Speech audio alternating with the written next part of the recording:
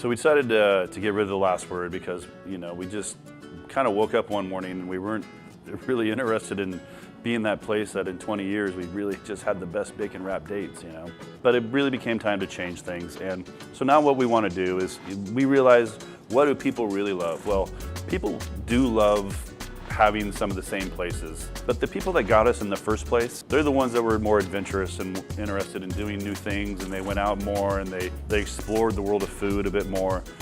Those people love the new place. They always want to go to the new place. The second the new place opens up, they understand that, okay, it's a new place, so maybe the food won't come out right, but maybe the service isn't perfect. But they still want to go to that new place because they want that new experience.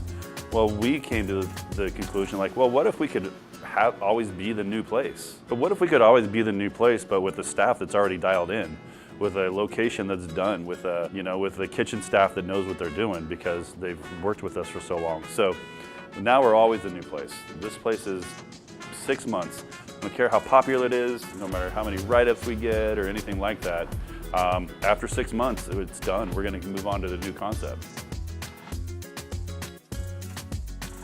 Revolución at the last word is a love letter to Cuban food with a California twist.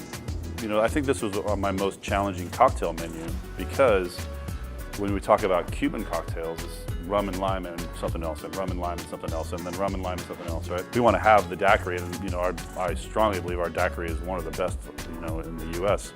But at the same time, how do we also bring other spirits into it that pay homage to that rum bar concept, but it's still a gin drink, or it's still a bourbon drink, or things like that. So that's really what made it challenging. But I think when I look at it now and I take a look at the balance and all that, I think it's a home run.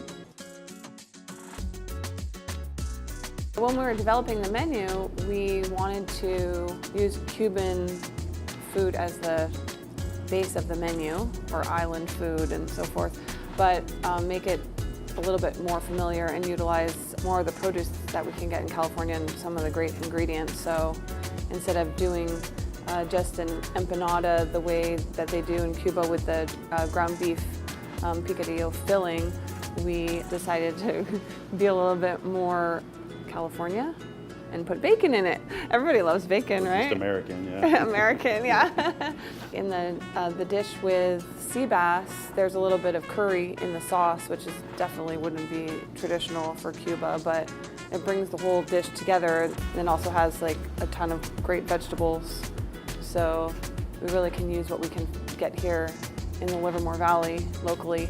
I think one thing people don't realize about Cuba too is it's very much like California. It was a big melting pot of the Caribbean. There's heavy African influence, there's heavy European influence, there's heavy Asian influence. So yeah. It's really, we're not even that far off from what Cuba really is historically. So Revolución at the last word, it's a pretty great little spot. We have a great rum selection, incredible cocktail selection. The food is going to really be interesting and fun. It's going to blow your mind for a little bit. It's really a great concept what we've done here. We have a great crew doing it with us. So I hope you get to come down, check it out with us, and we'll have a good time, and hopefully get to try a little bit of a culture you may not have been able to be a part of.